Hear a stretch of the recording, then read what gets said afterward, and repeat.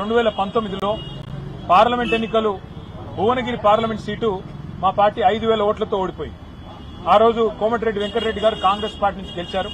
బూర నరసయ్య గౌడ్ గారు మా పార్టీ నుంచి పోటీ చేసి 5,000 ఓట్లతో ఓడిపోయారు. కానీ మా కారు గుర్తును పోలిన గుర్తు ఒక రోడ్ రోలర్ గుర్తు. ఒక ఇండిపెండెంట్ అభ్యర్థి పోటీ చేస్తే ఆయనకు 27,000 ఓట్లు వచ్చినాయి. ఆయన ప్రచారం కూడా చేయలేదు. ఎందుకు చెప్తా ఉన్నా ఇదంతా అంటే ఇట్లా మా పార్టీకి ఒకసారి కాదు ఎన్నో సందర్భాల్లో నష్టం జరిగింది. మొన్న జరిగిన సాధారణ ఎన్నికల్లో కూడా మేము 14 సీట్లు 6,000 కంటే తక్కువ ఓట్లతో ఓడిపోయాం. అక్కడ కూడా మరి చాలా చోట్ల ఈ chapati maker, road roller, ship ఇట్లా 8 గుర్తులు ఏవైతే మా కారు గుర్తును పోలిన గుర్తులున్నాయో వాటి వల్ల కూడా మాకు చాలా నష్టం జరిగింది. వాటిని తక్షణమే తొలగించాలని చెప్పి కూడా ఎన్నికల కమిషన్ ను మేము కోరినాము. కారు గుర్తుకు దగ్గర పోలికలున్న గుర్తులు జీయంగా మా పార్టీకి అన్ని ఎన్నికల్లా ఎంతో కొంత నష్టం జరుగుతున్నది. అసంటి గుర్తులు జీయంగా శాన సీట్లలో ఓడిపోయినాం కాబట్టి ఆ గుర్తులు తీసేయాలని అడిగినరట ఎన్నికల సంఘాన్ని. ఈ ముచ్చట్ల 20 ఏండ్ల సంది మా పార్టీ నాయకులు పోరాటాలు చేస్తున్నారని చెప్పిన కేటీఆర్ ఆ అధికారుల దగ్గర గీ ముచ్చట కూడా తీసిండ్రట.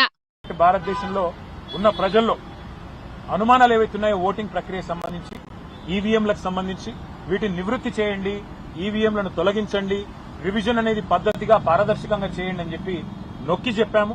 మరి బహుశా వారు తప్పకుండా కనీసం కొన్ని సూచనలైన పరిగణలో తీసుకుంటారు, న్యాయం చేస్తారు, ప్రజాస్వామ్యాన్ని కాపాడుతారు అనే విశ్వాసం మరి వ్యక్తం చేస్తా ఉన్నాం. ఇప్పటికే చాలా మంది లీడర్లు ఈవీఎంలను హ్యాక్ చేసి ఎన్నికల ఫలితాలను తారుమారు చేస్తున్నారని అనుమానాలు పడుతున్నారు. ఎన్నికల రోజు చెప్పిన దానికి అటెంక చెప్పిన దానికి చూస్తే ఓట్ల పోలైనా ఓట్ల లెక్క పెరుగుతున్నది. ఆయన అధికారులు అవేం పట్టించుకుంటలేరని అప్పుడప్పుడు కొంతమంది మాట్లాడుతూనే ఉన్నారు కదా. ఇగియాల కారు పార్టీ లీడర్లు కూడా ఈవీఎంల మీద దేశ ప్రజలల్లా అనుమానాలున్నాయి కాబట్టి రాబోయే బీహార్ అసెంబ్లీ ఎన్నికలతో పాటు తర్వాతొచ్చే సాధారణ ఎన్నికల్లో కూడా మునుపటి లెక్కనే పేపర్ బ్యాలెట్ పద్ధతులనే ఎన్నికలు పెట్టాలని చెప్పిండట.